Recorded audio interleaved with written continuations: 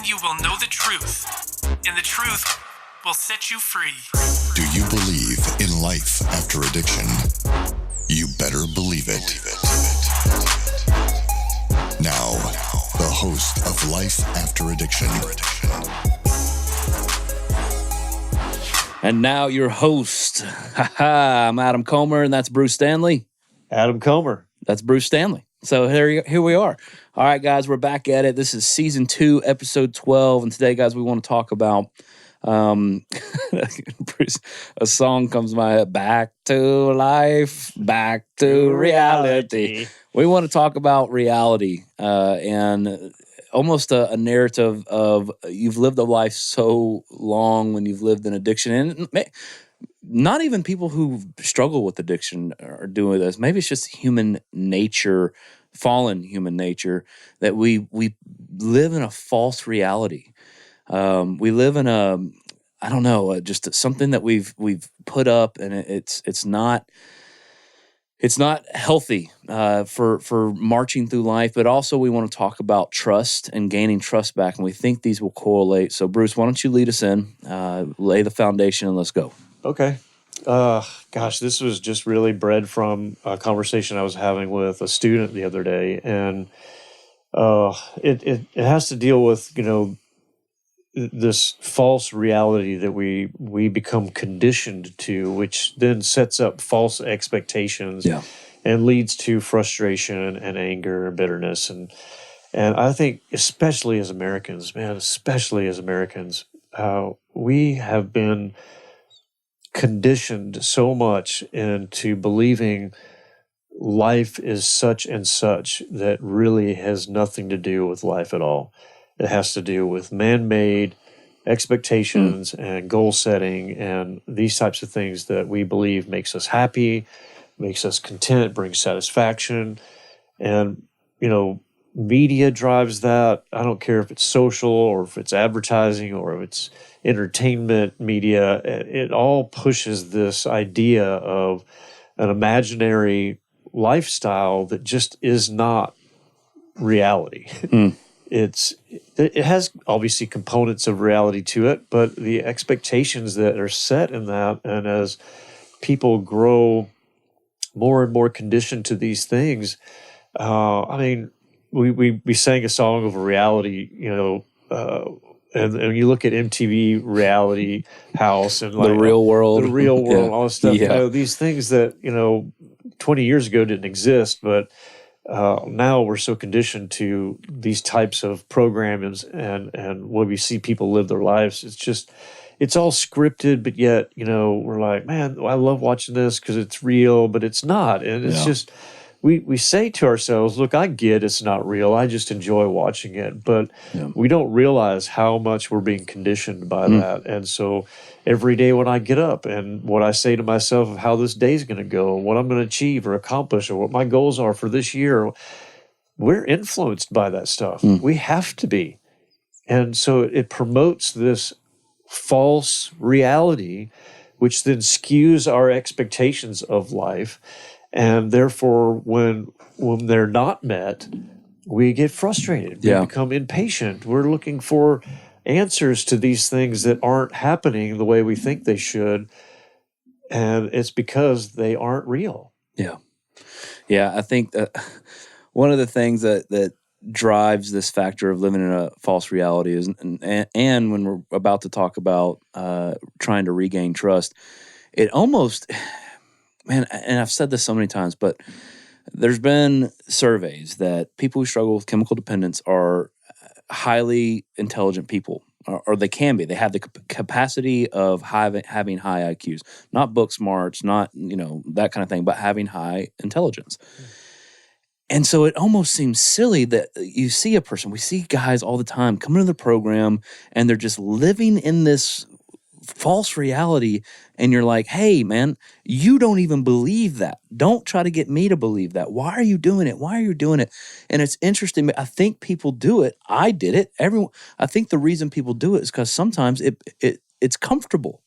It's another agent of numbing besides using a chemical that you don't want to have to feel something or address something. So you will stay in this place or this mindset that, hey, this is my reality. And so not only does it dictate what I do, but it also is the mood I'm going to be in. It's also my safe space. Like, and you don't have to own up to anything. Absolutely. Man, one of my favorite classes to teach is Principle 1, which deals with trust, right? And it's not me trusting you or you trusting me, it's me trusting God. And it's all based on what we think is good. So the verse actually says, add to your faith goodness or virtue, or, and so I always ask the question to everybody, it's like, what do you think is good? And it's an array of answers that mostly are based on the understanding of what we think life is and what we've been conditioned to, what we've been influenced to think of what we think is good, what is virtuous, what is right, what is pure, what is, a standard in which we can all see and try to obtain. And the funny thing is that they're all based on culture, experiences, environments, even geography, location, and how it's different everywhere for everyone. Yeah. It's not the same.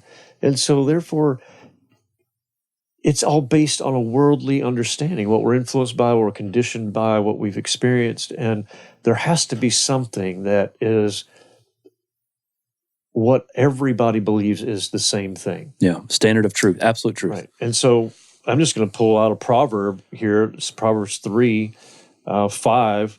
It says, trust in the Lord with all your heart and lean not on your own understanding. In all your ways submit to him, and he will make your paths straight. Yeah. So, and there's plenty of verses in the Bible that are like this. But God's trying to tell us, look, you have to focus on what I say is good. What your understanding must be in an expectation of goodness is based on these things, not what you could come up with, because when you try to come up with them, they're all over the place. There's a variation of what those things are. And we live in a society today where you can't offend anybody because, hey, what you believe is what you believe, but what I believe is what I believe. And so what you say is good for you, but that's not necessarily good for me. And what I say is good. You can't make laws around that. Yeah. So then you end up in a chaotic type of society that says, look, you can't tell me what to do, and I can't tell you what to do. And what you think is good is fine for you, and what I think is good is fine for me. And what the people in India are going to think is good is going to be different than what they're going to think in Germany, and so forth and so on, and the cultures and the experiences. And so it's complete chaos. Yeah, and it's absurd, and that's what you're reduced to. When you don't have an absolute standard of truth, you're reduced to absurdity. For example, and this is way off topic, but I'm passionate against abortion, right? The absurdity is I can be told as a man, hey, you keep your mouth shut. You're not a woman. You don't have any right to tell me what to do with my body. That's absurd. I'm not telling you what to do with your body. I'm telling you don't kill the body that's in you. I'm telling you not to kill, to murder a baby. And you're trying to make it seem like I'm telling you I'm not a woman, so I can't speak on murder. Right. Like, absurd. So, yeah, okay. So reeling it back into false reality, is we can get so carried away that we don't even realize the way we're living our lives is within this falseness. Yeah. And when we're setting expectations about what life is and our purpose and our goals that we're trying to set to achieve, to accomplish, to obtain, if these things are all based on a falseness, then the expectation of that ever coming true is a non-reality. And we're living our lives like this, and we're let down, and we're frustrated, and we're angry, and we're bitter, and we're always blaming, and this is why it's not the way it should be, and it just leads to this sense of depression. So that's kind of where I wanted to go next with the thing is that, man, one of the things I see a lot, and not just for guys who are coming out of addiction, but even Christians, like people, new believers, right? When you become grounded in what God says versus what the world says and your own understanding of what things are, and that's, it can't be a power of my own understanding. Because anyway, I'm not going to go there. What ends up happening is that you start to see, okay, wait a minute. Now, I was living like this, and my expectations were based on these false things, and now I'm more grounded. Now I see it like it really is. I'm coming into a reality perspective. Yeah. And what is meant to happen from a Christian standpoint is you get there, which humbles you. Yeah. It humbles you. It takes your pride down to a humility that says, man, I'm not all that. Like, this is the stark truth of what reality is. I'm this, I'm not that, I need God. And it's supposed to bring you to a conviction that you move past that into this hope and these promises of God that says, oh, but there's so much more than just understanding where you're at and the depravity of man and what's happened in this world to bring you to that thing. But what happens is most people get to that point and then they stop. They stop, and that's why we have a world that's just riddled with depression, anxiety. The suicide rates in this country are off the charts. People come to this, what's the point? I don't want to live anymore.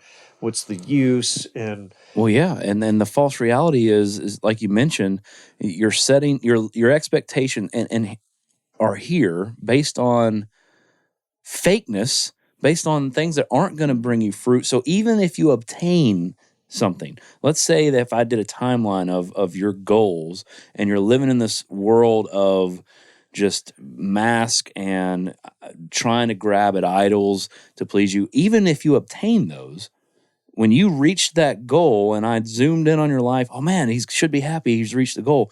No, you're empty, and it's the goalpost always moves. Hey, that didn't please me. I guess I need more of that same thing, or maybe something different. Maybe I need a new car. Maybe my wife is not who I thought she was, and I'm on to the next, on to the next. It always fails you. And the promise of God is that he won't. Come to me, all who are weary, and I'll give you rest for your soul. And the truth of God, like you mentioned earlier, we're made in the image of God. Talk about that, the Imago Dei. Yeah, so Scripture tells us that we're made in the image of God. And I want to kind of define that, and I'm going to use Scripture to do it. So in Genesis 1, chapter 1, in the very first book of the Bible, it says in verse 26 and 27, it says, "Then God said, let us make man in our own image, according to our likeness." And if you don't believe in the Trinity, you kind of have to argue, why is he saying our? And let them rule over the fish of the sea and over the birds in the sky and over the cattle and all of the earth and every creeping thing that lives on the ground. So God created man in his own image. In the image of God, he created him. Male and female, he created them. And then over in Genesis 5, it says, in the day when God created man, he made him in the likeness of God. He created them, male and female, and he blessed them and named them man in the day in which they were created. So I can go on. Genesis 9 talks about this. James chapter 3, with it we bless our Lord and Father, and with it we curse man who have been made in the likeness of God. So what it's saying there in James is that when we try to act out, we say this all the time, why are you wearing masks? It's when we try to live out something that's different than the way God created us by design, it's going to fail us. And I love in 2 Peter chapter 1 where it says God created us and equipped us to have a godly life. Yeah. He's given us everything we need. And the reason that is, and why he says he made us in his image, isn't necessarily in a physical way, but in characteristics and in a personality type of way. The soul of a man, the makeup of a man to be a man is the characteristics of God. It's what God put in man that man is capable of doing with the power of God to live out. So let's just take, for example, love, right, versus pride.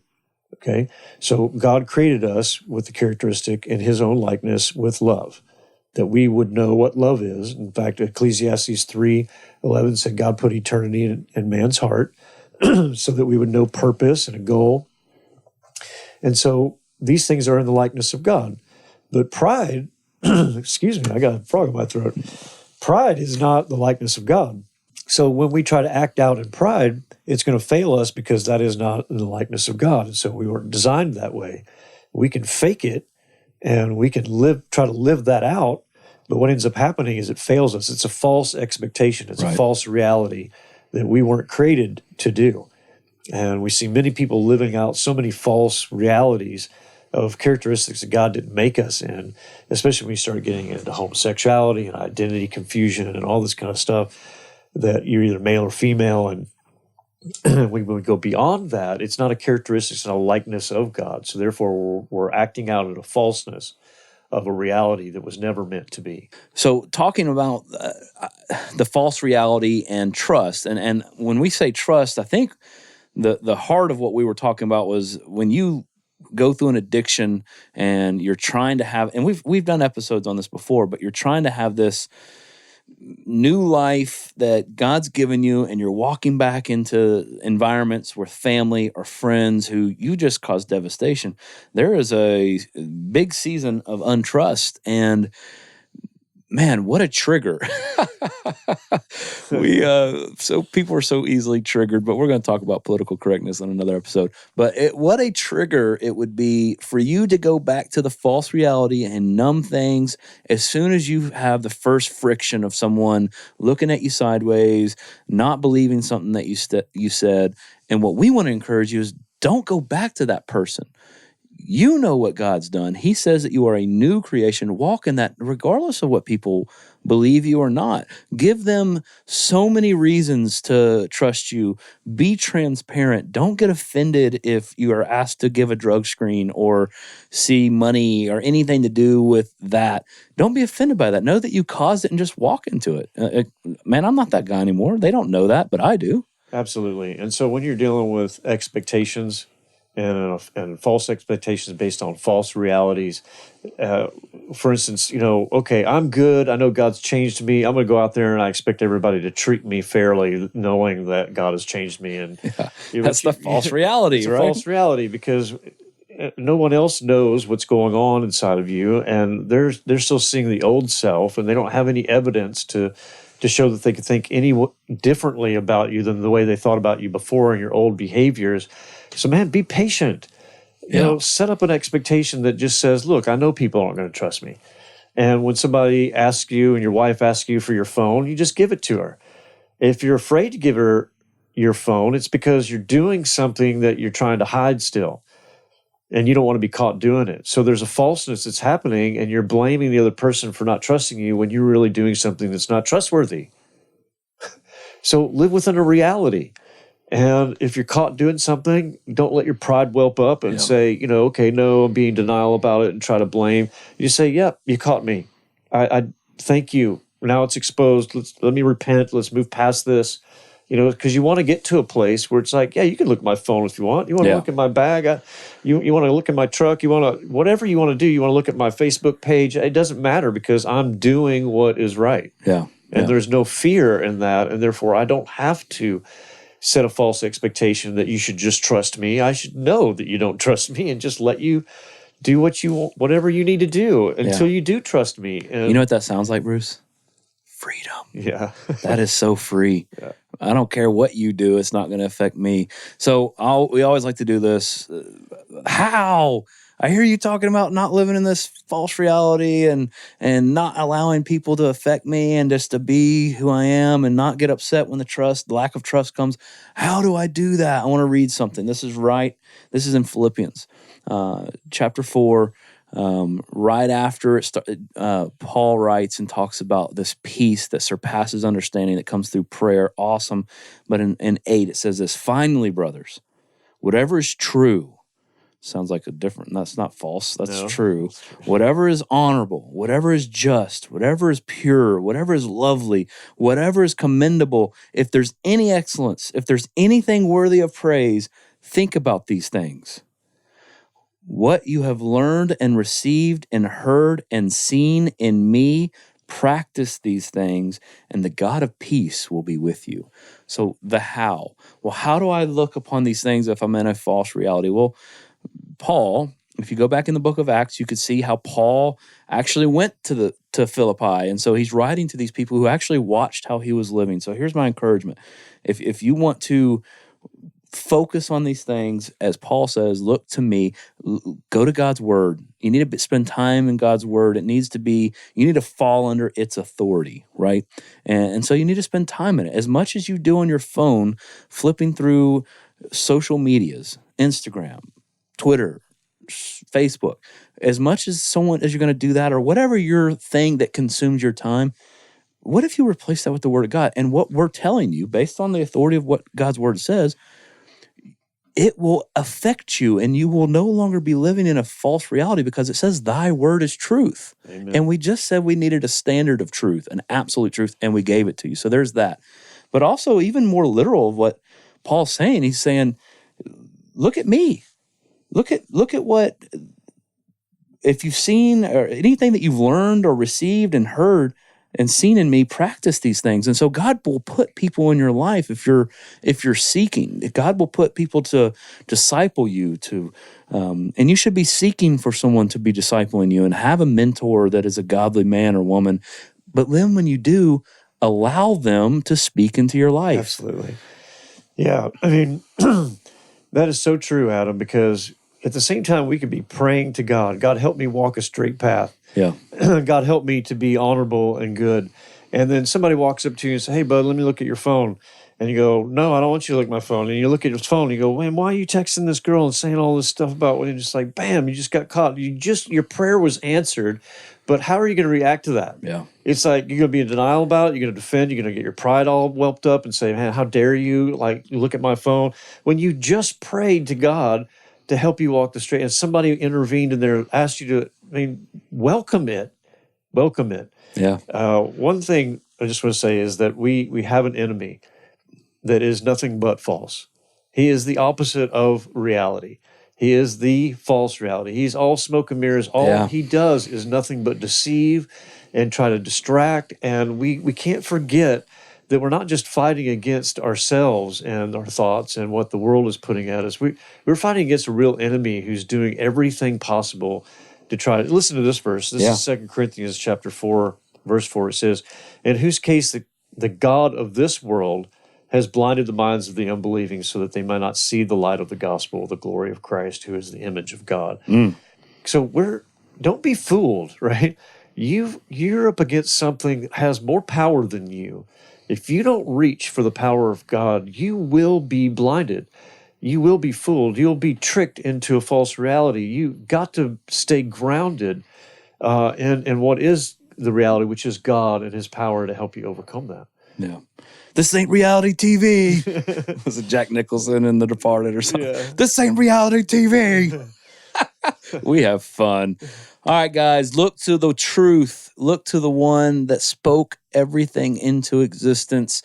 Man, don't wear a mask. You don't have to live this way. Set real expectations. Yeah, and by real, we don't mean don't have big vision and big things, but is it God's will? Like we have outrageous goals, right? And we're not saying be closed-minded, but if it's something that's on the throne besides God and you're seeking it for self-gain, or you're seeking something that's going to lift you up, that's not a real expectation, because we have spent the last 25 minutes explaining to you that will always fail. You're not meant to be on the throne. You weren't designed that way. And neither was anything that's ever been created designed to be on the throne. And so when you try to put something there or strive towards it, it is a false expectation, because you know. And if you don't know, now you know, because we just told you, it will fail you. There is hope. Trust in God, go to his word, fall under the authority of it, and life is so much sweeter, man. So much sweeter. So much more security and confidence and truth, and it's just awesome, man. There is life after addiction. Amen. Amen. All right, guys, till next week. Life After Addiction is a production of S2L Recovery. If you have any questions you'd like answered on the podcast, email them to info@springtolife.net. That's info@spring2life.net. And for more information on addiction recovery, visit s2lrecovery.org.